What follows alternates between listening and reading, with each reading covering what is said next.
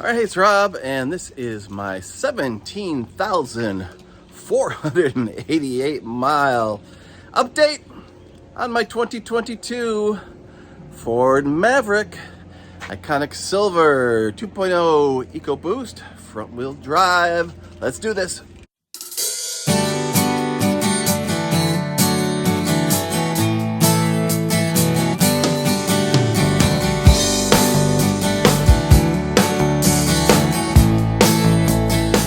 All right, starting up the old Maverick. And everything is A-OK. We'll push that OK button. Currently sitting at around 27.8 miles per gallon, almost 28 miles per gallon. I see people saying they're getting 21, 22. I don't know what they're doing to these trucks. I run it in normal mode all the time. Sport mode I've tried a few times. It doesn't do much for me, and the eco mode didn't make much of a difference on the fuel economy. So that's what we're looking at right now. 77 degrees, lovely day in Atlanta, Georgia. Let's drive around and I'll talk about the Maverick and what's been going on with my vehicle recently. All right, let's begin. So, almost 17,500 miles, about a year and a half into owning the 2022 Ford Maverick Ecoboost, just the front wheel drive model, which everyone says, don't get that one, get the hybrid or whatever. This is the worst one. I don't know. I am very happy with my purchase still. After 18 months or whatever almost. The truck is great. It does everything it's supposed to do. Really has not given me any trouble at all.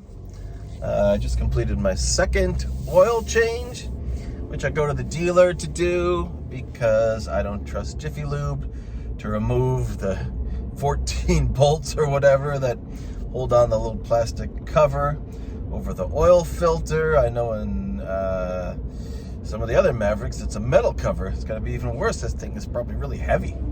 But like I said, I don't trust Jiffy Lube to put that thing back on right. So I go to the dealer and it's $78 and they rotate my tires and it's fine. They do a nice job. So why not? Beyond that, like I said, no extra service calls or anything unexpected that has transpired. Besides the fact that I backed into somebody's Hyundai. When it rains, it seems like the backup camera always has water on it. It's hard to see, like a dummy. I didn't go clean it off, and I backed into some guy's car at my wife's Hyundai dealership. Not her car, but someone else's car, which happened to be a Hyundai. Anyway, so other than that, the only thing I've had to do is take it in for the airbag recall. I'm sure you know, if you follow these vehicles, that maybe 6 months ago, they put out a recall for the side curtain airbag. I don't know if it's both of them, or maybe I assume it's both, or just one of them. But anyway, they need to be replaced up there. It's a really kind of nitpicky, silly recall. They're supposed to inflate a certain amount. Let's say it's 18 inches or something. And they only inflated 17 and a half inches when they tested them. So they were out of spec very slightly, but they had to replace all of them nevertheless. A lot of people complain because they tear up the headliner and get filthy, smudgy, fingerprints on it, and pieces of it aren't, pushed back upright or whatever when they reinstall the headliner. I don't see any problems here. I think they did a good job. There was a little frayed end right up over here where I'm pointing, but I simply tucked it back in and it's fine. I don't see anything anymore. So all good with that. I even got my free Maverick Yeti tumbler, which is actually really nice.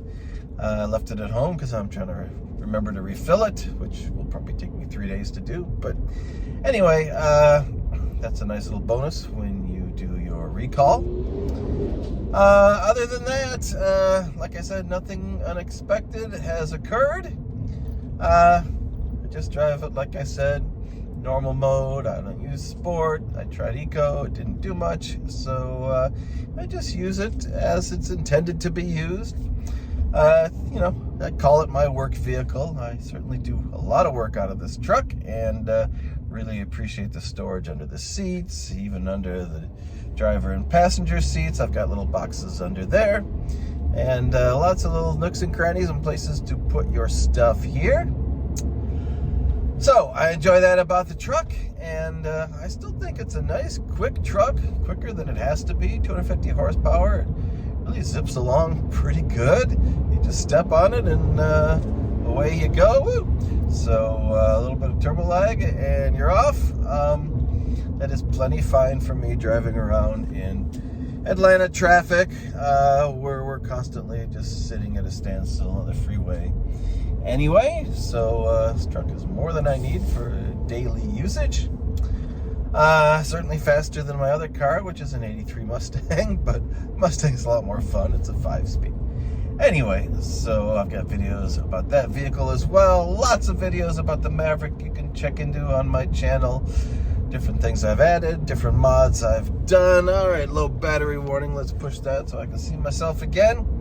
And so please take a look at some of the many other Maverick videos I've done over the last year and a half for this vehicle.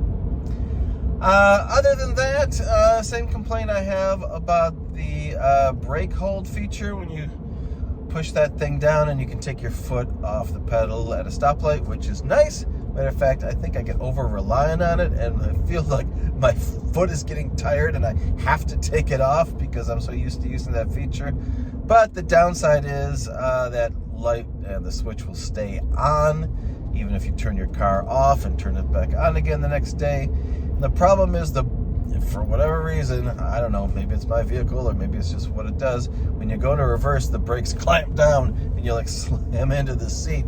So you really want to always start the vehicle with that auto brake hold feature off. I try to remember. Most of the times I do remember, and sometimes I forget and I get that rude awakening reminder. The brakes squeal a little bit when it's rained and the rotors are wet. They kind of sound like they're vibrating, or have some kind of noise that they're making. Maybe I need to get that looked at. I don't know. Although they had the tires rotated when I did the last oil change, and they didn't say anything about the brakes, so they seem to be working fine. I'm just gonna roll with it for now. Beyond that, I park under a tree, and there's these little seed pods that fall. It didn't seem to be a problem with the other vehicles that I parked under the tree before, but for this one, for some reason, the entire hood is dented up. I don't know, maybe it's hail damage, and I never even knew it was hailing one night or something, but it looks like hail damage, but I suspect it's from those nuts or whatever, seed pods falling, and the hood is just made out of a pretty thin sheet of steel, I guess. It's unfortunate, but again, this is a work truck. I don't beat it up, but I don't worry about it too much. I got a couple little dings and dents besides the one that I put in there myself, but it's still presentable. It's looking just fine. I don't feel like it's wearing out, too quickly or anything like that.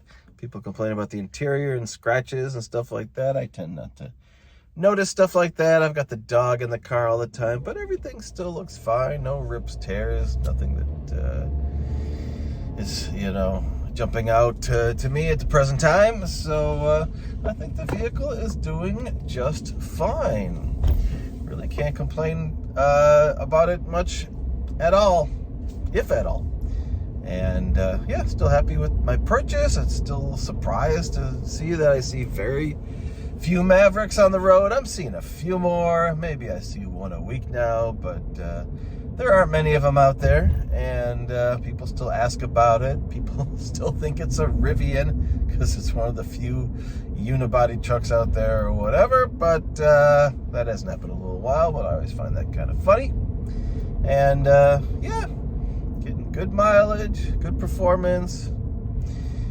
Tires are wearing fine. Nothing else really to report. So I think I'll probably sign off here and jump back in at 20,000 miles. We'll see how we're doing then, but I don't expect it to be any different. And yeah, it'll be nice to document the entire life of this vehicle. I plan on keeping it for a very long time. I'm kind of soured on buying new vehicles. They are so expensive. I mean, the average new car is somewhere up around $50,000 now. It's ridiculous. I don't need it. So hopefully this thing will give me a few more years of reliable service, and from then on I think I'm probably buying used cars. I just don't see a need to do it, although if you're buying an electric car, I think you really want to get the latest and the greatest, and obviously the batteries degrade, so I guess maybe if I want an electric car by then, maybe I'll look into a new car. Who knows? By then it's going to be so expensive, but who knows what's going to happen. But anyway, back home safe and sound. Thank you for watching. As always, check out some of my other videos. There are many of them, and we'll see you next time. Thanks, bye.